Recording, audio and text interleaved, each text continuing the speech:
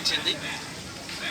గ్రామంలో చాలా వరకు రోడ్ల విషయంలో కానీ పారిశుద్ధ్యం విషయంలో కానీ మంచి అభివృద్ధిని మనం సాధించినట్టుగా చాలా స్పష్టంగా కనిపిస్తుంది. ఇంకా కొంత ఐక్యతతోనే ఉండి కొంత క్యారెక్టర్తోనే ఉండాల్సినటువంటి అవసరం ఉంది. మనం